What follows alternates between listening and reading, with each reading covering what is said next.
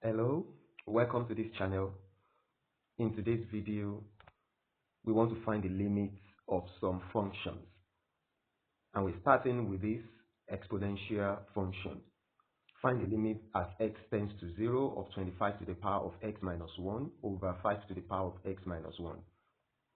Now, if we substitute directly the value 0 to find this limit, we'll be having 25 to the power of 0 minus 1 over 5 to the power of 0 minus 1, which is 1 minus 1 over 1 minus 1, and that is going to give 0 over 0, which is one of the indeterminate forms. And this we want to avoid as much as possible when we are looking for the limit of a function. So what do we do in order to avoid this altogether? Please kindly pay attention as I take you through it. If you are yet to subscribe to this channel, here is your opportunity to do so. Click on the subscribe button and hit on the notification bell so that you get regularly updated from this channel. Now, what we do is simple. We can first simplify the expression or the rational function before we apply the limit. This can actually be written with 25 as a power of 5, so that we have limit as x tends to 0 of 5 squared for 25, and that's to the power of x minus 1 over 5 to the power of x minus 1. And remember that in the laws of exponents and powers, if we have a to the power of b and that to the power of c, this can be expressed by changing the exponent, a to the power of c, then to the power of b. It is the same thing. Therefore, the numerator can be written as the limit as x tends to 0 of 5 to the power of x squared minus 1 over 5 to the power of x minus 1. Now it is getting interesting because the numerator looks like a difference of two squares. One is a square. And from the principle of the difference of two squares, when we have a squared minus b squared, this can be factored as the product of the difference and the sum of a and b. So in applying the concept of difference of two squares, we are going to write this first as limit as x tends to 0 of 5 to the power of x squared minus 1 squared over 5 to the power of x minus 1, where applying the difference of two squares concept, the function becomes limit as x tends to 0 of 5 to the power of x minus 1 times 5 to the power of x plus 1. This divided by 5 to the power of x minus 1 in the denominator. Easily here we can see that 5 to the power of x minus 1 cancel out in the numerator and denominator. And this is going to leave us with the limit as x tends to 0 of 5 to the power of x plus 1. So at this point that we have simplified, we can actually plug in the value 0 to see the limit of the function. When we plug in the value 0, we will be having 5 to the power of 0 plus 1, and this is 1 plus 1, so that the limit of the function is 2.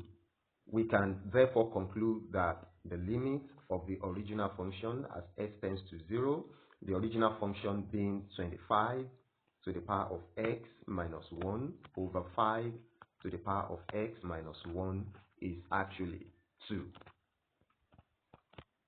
I believe you enjoyed this one. I want you to stay tuned to the very end as we take another function and find its limiting value. In the second function, we have to find the limit as the reciprocal of x, or 1 over x tends to 0, of 4x cubed minus 3x squared plus x minus 1 over 2 minus 5x squared minus x cubed. Now, this looks difficult, right? No, it is not at all. What manipulation do we do here then? Make sure you follow me through to the end. Now, what we do here is, when you look at the numerator, we have x to the third power as the degree. The degree is 3. In the denominator, the degree is equally 3. And this simplifies matter. We can factor x to the third power, or x cubed, from both the numerator and the denominator, thus giving us the limit as 1 over x tends to 0. Then with x cubed factor out from the numerator, the expression becomes 4 minus 3 over x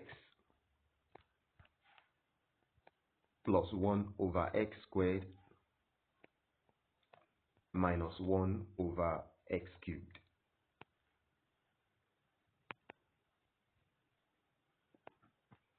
And in the denominator, we have x cubed factored out as well, with 2 over x cubed minus 5 over x minus 1 in the parentheses. And clearly, x cubed take out x cubed, leaving us with a limit as 1 over x tends to 0 of 4 minus 3 over x. I'm going to write that as 3 times 1 over x as a way of taking out 1 over x, which is in the limit, then plus 1 over x squared, which I can write as 1 over x all squared, and 1 over x all cubed, as the cube of 1 is also 1. And in the denominator, we have 2 times 1 over x all cubed minus 5 times 1 over x and minus 1. At this point, it is safe to apply the limit, plug in 0, so that we have 4 minus 3 times 0 plus 0 squared minus 0 cubed. That completes the numerator, while in the denominator we have 2 times 0 cubed minus 5 times 0 and minus 1. Looking at this carefully, it is obvious that this in the numerator becomes 0, while in the denominator this becomes 0 and this becomes 0, leaving us with 4 in the numerator and negative 1 in the denominator, so that the limit is negative 4. And our conclusion will be that the limit for the original question, 1 over x tends to 0, of 4x cubed minus 3x squared plus x minus 1 over 2 minus 5x squared minus x cubed, the limit is negative 4. I believe you enjoyed today's tutorial. Let me know in the comment section. You can supply your questions, your contributions, suggestions to the comment section. I will sure reply them. Don't forget to like this video, share it, and subscribe to this channel if you are yet to do so. Click on the notification bell so that you get updated from time to time about our activities and videos from this channel. Until we see again in our next video, please keep safe, and I say bye.